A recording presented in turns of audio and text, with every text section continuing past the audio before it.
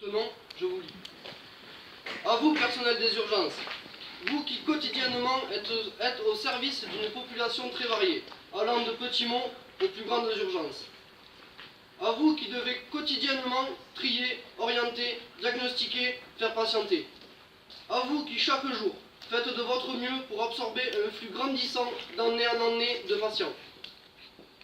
Nous sommes atterrés de constater qu'aujourd'hui vos efforts ont atteint leurs limites. Hier en est un bon exemple. C'était plus de 3 heures d'attente.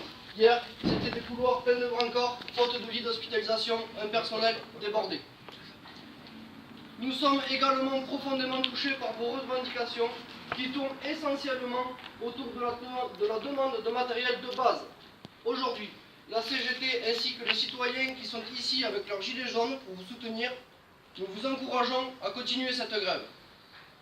Madame la ministre de la Santé, les citoyens comme les professionnels constatent que d'année en année, la qualité des services rendus en termes de santé se dégrade. De moins en moins de traitements sont remboursés par la Sécu.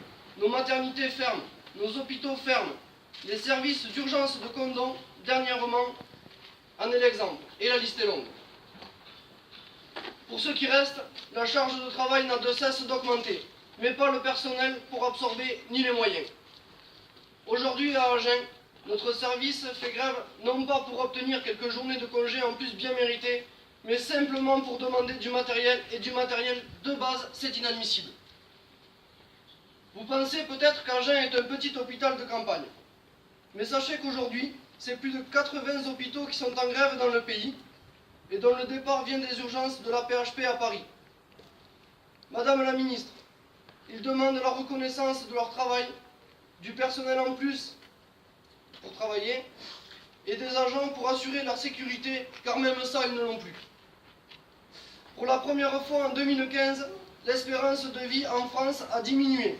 Alors, usagers de la santé ou professionnels, nous refusons que cela se reproduise parce que nous voyons là un échec.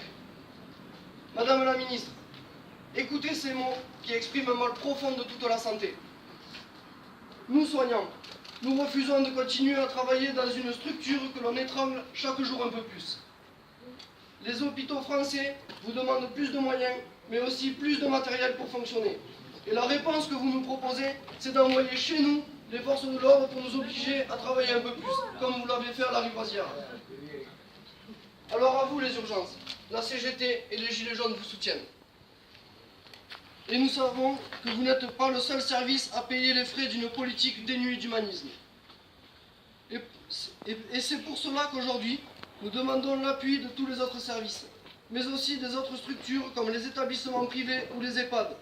Car il ne s'agit pas là d'une grève visant à avoir 2 chaises de plus en salle de pause, mais bel et bien d'une grève qui reflète un malaise général créé par une politique nationale destructrice des services de soins. Oui.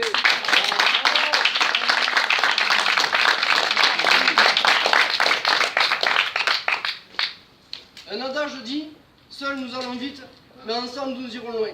Alors courage et surtout, bravo les urgences d'avoir tiré la sonnette d'alarme.